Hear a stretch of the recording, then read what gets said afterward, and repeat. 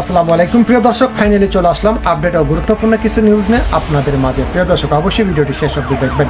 দর্শক, আপনাদের কাছে ছোট্ট একটি অনুরোধ, দেশ এবং দেশের বাইরে হলে কমেন্ট বক্সে লিখে জানিয়ে দেবেন, আর চ্যানেলে নতুন হলে সাবস্ক্রাইব করে পাশে থাকা বেল বাটনটি অবশ্যই অল করে দেবেন, কারণ পরবর্তী আপডেট নিউজ সবার আগে পাওয়ার জন্য প্রিয় দর্শক আর অবশ্যই একটি লাইক দেবেন। দর্শক, আর দেরি নয়, মূল ভিডিওতে যাওয়া যাক।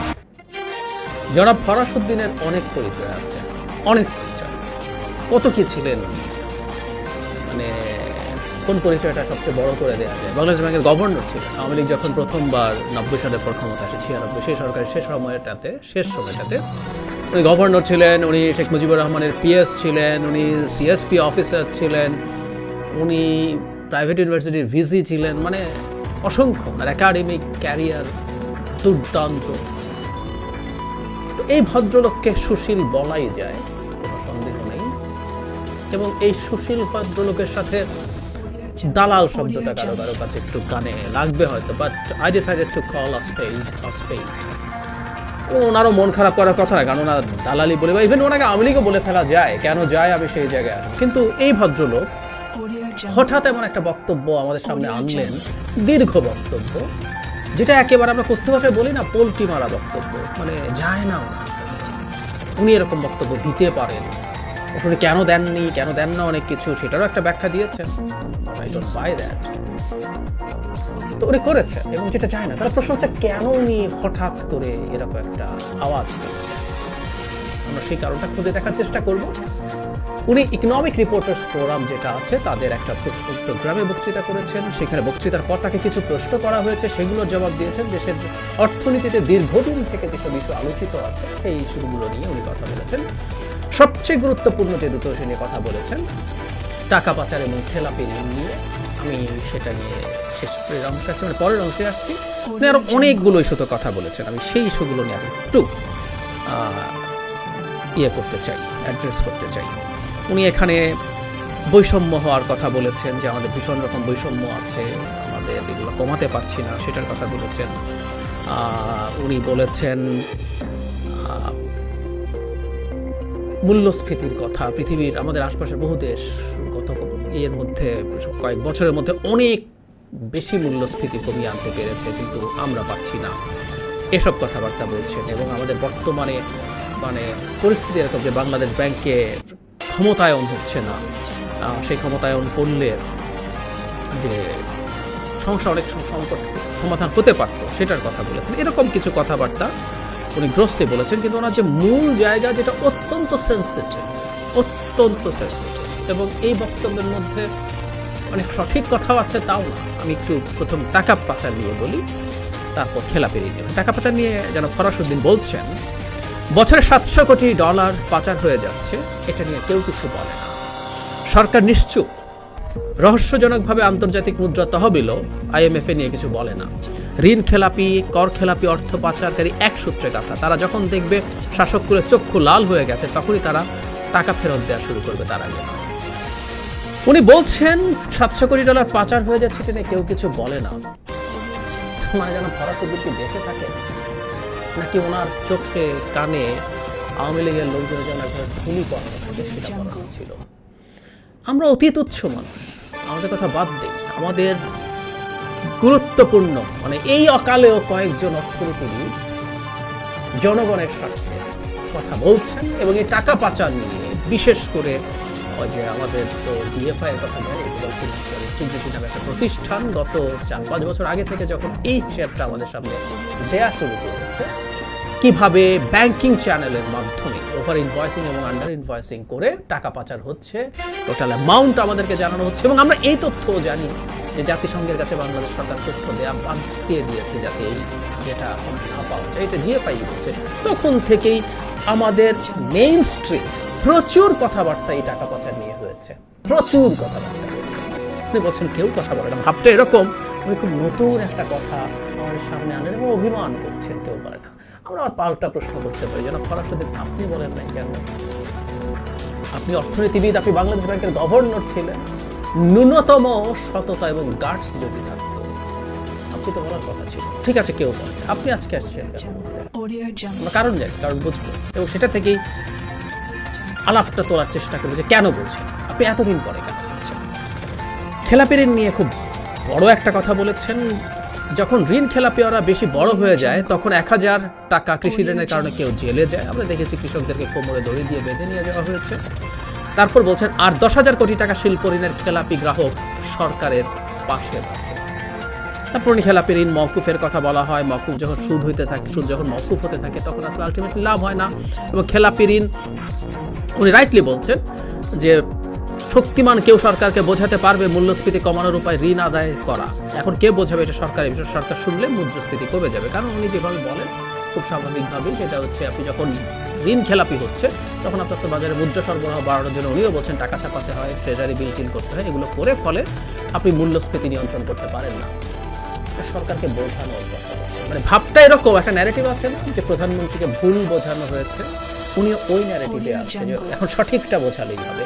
মানে যারা ফরাসুদ্দিনে তো বোঝা উচিত জেনে শুনে এই লুটপাটগুলো হয়। সরকারের পাশে 10,000 কোটি টাকার যে খেলাপি ঋণ, যার শিল্প ঋণ আছে, তিনি যে বসে থাকেন, তারা যে বসে থাকেন এটা তিনি জানেন তো খুব ভালোভাবে জানেন। এবং তারা বসে থাকে, তারা জেনে শুনে এই লুটগুলো করে এবং তারা এটাও জানে এর ফল আলটিমেটলি মূল্যস্ফীতি হবে। সুতরাং সরকার না বুঝে আছে, সরকারকে বোঝানোর কিছু নাই তো। এই কথাগুলোর ওই একই ভুল বোঝানো তথ্য। এটা জেনে শুনে যে লুটপাট করা যেন ফরাসুদ্দিন জানেন, কিন্তু অতটুকু আবার বলবেন না। ওই যে বলছি দালাল কিংবা আওয়ামী লীগ বললে ওনার মাইন্ড করার কথা না, আমি আসছি কেন সেটা বলছি। ব্যাংক একীভূত করার নিয়ে উনি সমালোচনা করেছেন। ওনার বক্তব্য এরকম, ব্যাংক একীভূত করার সব দেশেই হয়, জোর করে ব্যাংক একীভূত করা যাবে না, দুই পক্ষের সম্মতিতে এটা করতে হবে। কিন্তু খারাপ ব্যাংক ভালো করার এটাই একমাত্র উপায় না, এর বিকল্প আছে। এখন যাদের ভালো ব্যাংক হচ্ছে এমন 4টি ব্যাংকে বাংলাদেশ ব্যাংকে একসময় তদারকি করে ভালো করেছে। তার মানে খারাপ ব্যাংকে তদারকি করে, হ্যাঁ আমরা জানি, পর্যবেক্ষক বসিয়ে আপনি সেটাকে নিয়ে কাজ করতে পারেন, কিন্তু করবেন না। উনি বেসিক ব্যাংকের কথা বলছেন, বেসিক ব্যাংক কীভাবে লুট হয়েছে সেটার কথা বলেছেন। হুট করে অশোভনীয় লাগছে এবং এখানে অত্যন্ত গুরুত্বপূর্ণ একটা কথা বলছেন, যেটা নিয়ে আমাদের প্রচুর সোশ্যাল মিডিয়াতে প্রথম আলোয় তিনি একটা ইমেজ তৈরি করেছে। সেই ইমেজ বা ফটো কার্ডটা ঘুরতে থাকা হয়েছে, আমি অনেককে দেখলাম এটি নিয়ে স্ট্যাটাস দিয়েছেন। উনি বলছেন হুট করে ব্যাংক একীভূত করা ঠিক হয়নি, অশোভনীয় হয়ে গেছে। বেসিক ব্যাংকে যতই একীভূত করা হোক সেটা ভালো হবে না। ওই ব্যাংক যিনি নষ্ট করেছেন শুনেছি দেশেই আছেন, আগে ওনার নাম ভিন্ন ছিল, পরে শেখ হয়েছেন। কার আশ্রয় প্রশ্রয় আছেন জানি না, জানলেও নাম বলতে পারতাম না, কারণ এই বয়সে আমি মরিতে চাহি না, আমি সুন্দর। জনাব আব্দুল হাই বাচ্চুর কথা বলছেন, বেসিক ব্যাংক শেখ হয়েছেন, পরে নামে সেটা শেখ লাগিয়েছেন। কে করেছেন, কার আশ্রয় প্রশ্রয় আছেন জানেন না, জানলেও বলতে পারতেন, উনি মরতে চান না। মানে এই এক নতুন ফ্যাশন আমাদের সোসাইটিতে তৈরি হয়েছে। মানে যারা ফরাসুদ্দিন যদি এক্সপ্লিসিটলি কথা বলতেন, কি মহাবিপদ। আমাদের কয়েকজন অর্থনীতিবিদ বলছেন, আর আমি একদম আওয়ামী লীগ করেন নিজের মুখে, যে উনি নৌকায় ভোট দিয়েছেন, 18 সালে কলাম লিখেছেন। ডক্টর মইদুল ইসলাম চিটাগাং ইউনিভার্সিটির এমেরিটাস প্রফেসর ছিলেন, অর্থনীতি প্রফেসর ছিলেন। উনি তো নামধাম ধরে, উনি যেমন ইঙ্গিত করছেন যে প্রধানমন্ত্রীর পাশে বসে ডক্টর মইদুল নাম ধরে বলেছেন, মারাই আছেন। কি হয়েছে এই খেলাপি ঋণ নিয়ে ওনার মতো ভয়ঙ্কর কঠোরভাবে চাঁচা ছোলা ভাবে কয়জন মানুষ কথা বলেছে? খুব অল্প। কি বিপদ হয়েছে তার? এমনকি প্রধানমন্ত্রী একবার তিনি যখন মেগা প্রজেক্টের বিরুদ্ধে কথা বলেছেন, কতগুলো অপ্রয়োজনীয় মেগা প্রজেক্ট, উনি একটা তালিকা করেছিলেন, ডক্টর মইনুলের কথা বলছি, যেমন পদ্মা সেতুর রেল কানেক্টিভিটি, পদ্মা সেতু না, রেল কানেক্টিভিটি যেটা, সেটা এরকম অনেকগুলো প্রকল্পের উনি একটা লিস্ট করে দেখিয়েছিলেন। তার প্রতি ক্ষুব্ধ হয়েছেন প্রধানমন্ত্রী, তাকে অ্যাড্রেসও করেছেন একটা বক্তৃতায়, একটা তাচ্ছিল্য করে। কিন্তু ডক্টর মইনুলের কি মহাবিপদ হয়েছে, মানে এটাও একটা এখন অজুহাত দেখার চেষ্টা। তবে হ্যাঁ, এটার মাধ্যমে আবার একটা মেসেজ উনি বললেন, যেসব বললে উনি মারা যেতে পারেন, এতে ওনার অতি সাধের আওয়ামী লীগ সরকারকে চমৎকার একটা উপাধি দিয়ে দিলেন। এই কথা বলার জন্য ডক্টর ফরাসুদ্দিনের মতো মানুষ মরে যেতে পারেন। যাই হোক, ব্যাংকের ইয়েগুলো নিয়ে কথা বলা হয়েছে। খেলাপি ঋণের কারণে অর্থ সংকট, এখানে যে 2% ডাউন পেমেন্টে আপনি বড় বড় খেলাপিদেরকে পুরো তফসিল করতে দিয়েছেন, এগুলো আমরা বহু সময় কথা বলেছি, বহু সময় ডক্টর মইনুল বলেছেন, অন্যান্য অর্থনীতিবিদরা বলেছেন, বহু সময় বলেছেন, কিছু আসে যায় এবং সেটা নির্বাচনের আগে হয়, এগুলো বলছেন, সব ক্লিয়ারলি, কোনো রাগঢাক নাই। এবং এটা বারবার হতে হতে হতে হতে এটা এই পরিস্থিতি তৈরি হয়েছে, সেখানে এটা হয়। মানে এই পরিস্থিতি তৈরি হয়েছে করতে করতে এবং এতে সংকট তৈরি হয়ে গেছে, এই কথাগুলো উনি বলছেন। উনি ইয়ের কথা বলেছেন, একটা ব্যাংকের কথাই যখন ব্যাংক নিয়ে আলোচনা করছে, যে জগন্নাথের ছাত্রলীগের প্রতিষ্ঠাতাকে একটা ব্যাংক দিয়েছেন, যাদের উনি আরেকজনকে আরেক ব্যাংকের এমডি মানিকরা খুন করে ফেলার চেষ্টা করেছেন, নাম বলেন নাই। ব্যাংক খাতে কি রকম নৈরাজ্য হচ্ছে, একীভূতকরণ রেখেছে সেই ব্যাংক। আমি ধারণা করি এটা ন্যাশনাল ব্যাংক শিকদার গ্রুপের। আমরা দেখেছি শিকদার গ্রুপের ওই ঘটনাটা, যেখানে একটা অন্য একটা ব্যাংকের এমডিকে ধরে এনে প্রকাশ্যে গুলি করার চেষ্টা করা হয়েছে। এসব মাফিয়াগিরি তো চলেছে। যাই হোক, আমরা আর খুব বেশি আলোচনায় যাই না, আমাদের এখন একটু ইন্টারপ্রিটেশনের জায়গা। মানে ডক্টর ফরাসউদ্দিন কেন এটা করছে, আমাদের বিরুদ্ধে কোনো ক্ষোভ আছে, আমাদের এটা হয় যে ক্ষোভ থাকলে আমরা আওয়াজটা করছি। 18 পর করলে একটা ক্ষোভের ধারণা করতে পারেন।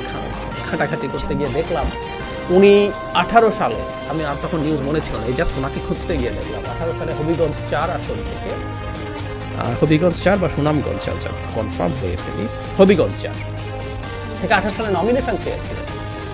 আমি জানি না ওনাকে নমিনেশন দেওয়া হয়নি। ওখানে পরবর্তীতে এই কিছুদিন আগ পর্যন্ত যিনি বিমান প্রতিমন্ত্রী ছিলেন তাকে নমিনেশন দেওয়া হয়েছে, উনি নমিনেশন পান নাই। উনি নমিনেশন সিরিয়াসলি চেয়েছিলেন এবং অবাক হয়ে দেখলাম যে তার সন্তান, তার ছেলে একটা কলাম লিখে রীতিমতো তার বাবা কত শখ সেই সার্টিফিকেশন দিচ্ছে, এবং বাবা এমপি হলে কি হতে পারবে না পারবে সেগুলো দিচ্ছে। সুতরাং উনি এমপি হতে চেয়ে এমপি হতে পারেন, এটা নিয়ে তার একটা ক্ষোভ থাকতে পারে। কিন্তু সেই ক্ষেত্রে 18 পর তো বহু সময় 24 পর্যন্ত গেছে, উনি তো তার মধ্যে কিছু পারেন। 24-এ উনি আর ওই নমিনেশন চান নাই। সুতরাং নতুন করে কোনো ক্ষোভ দলের প্রতি তৈরি হয়েছে। ওই যে বলছিলাম, ওনাকে দালাল বললো, ওনার মন খারাপ করার হয়তো কথা না, কারণ উনি আওয়ামী লীগ। উনি যদি আওয়ামী লীগের টিকিটে নির্বাচন করতে চান, উনি আওয়ামী লীগের পদে নাই, কিন্তু টিকিটে নির্বাচন করতে চান আওয়ামী লীগ। এবং যেই মানুষটা 14 সালের পর 18 সালের নির্বাচন করতে গেছেন, 14 সালের পর থেকে যারা যারা আওয়ামী লীগ করে, আমাদের একটা বেসিক নিয়ম আছে, জাস্ট বেসিক নিয়ম। ওই মানুষ প্রত্যেকটা বাজে মানুষ, নোংরা মানুষ।